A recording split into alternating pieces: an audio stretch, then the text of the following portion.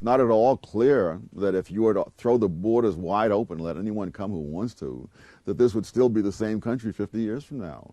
And so, in a sense, you can't let everybody come to America, because if everybody came to America, it wouldn't be America anymore. This has been a bit of a, I would say, messingly depressive show in some sense, although I thought I was quite hilarious at times, because the Democrats are destroying a lot of stuff and they're doing it real quick. And we can only pray and hope that Donald Trump and Marco Rubio and Pam Bondi and Harmeet Dillon and everybody else is ready to fight this with every bit of power they have. And they better do it quick. And not only that, but they better win the narrative war, because otherwise we end up in a midterm where the Republicans lose, Trump ends up getting impeached or hung up impeachments, he's a lame duck, and it's over. They bring in Gavin, and we're screwed. Jesus, this is depressing.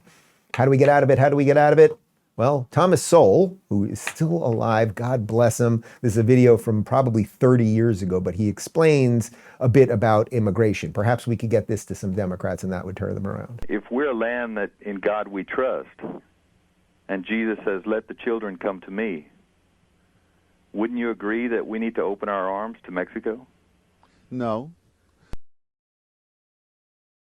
Because every country has to protect its own borders. There was a time when virtually every country in the Western Hemisphere not only allowed but encouraged immigration on a massive scale, because they had the land and they needed the resources and so on. It's not at all clear that if you were to throw the borders wide open, let anyone come who wants to, that this would still be the same country 50 years from now. And so, in a sense, you can't let everybody come to America, because if everybody came to America, it wouldn't be America anymore. So that's not an option that we have. When only 2% of immigrants from Japan to the United States go on welfare, while 46% of the immigrants from Laos do, there is no single pattern that applies to all immigrants. Everything depends on which immigrants you're talking about and which periods of history. Okay. Here's the assignment. The period is today, and the immigrants we're talking about are the roughly 11 million, that seems to be the best estimate, roughly the 11 million who are in this country illegally, overwhelmingly from Mexico. President Obama has issued an executive order protecting about 5 million of them from deportation and other legal penalties. A humane act. Well, see, one of the things about the immigration debate is they talk about immigrants in the abstract, and there are no immigrants in the abstract, as that passage indicates. And we don't know who those people are that are here. They may all be PhDs from the University of Chicago, in which case they should all stay.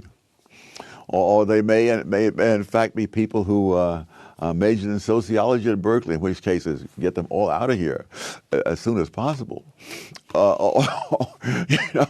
But we don't know. That's one of the problems of so-called immigration policy. We don't have an immigration policy unless we control the border. And in some sense, I think if our founders were alive right now, they would say, what is this place 250 years later? They'd be, I suppose, marveled by technology and televisions and phones and radio and lights, electricity. Like, that would be pretty cool to them.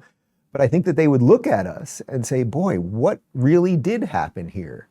Why did they forget all of the things that were obvious to us in terms of why we founded the country in the first place? You let everyone into America. America's no longer America. Simple as that. That's what Sowell said. It's obvious. It's real.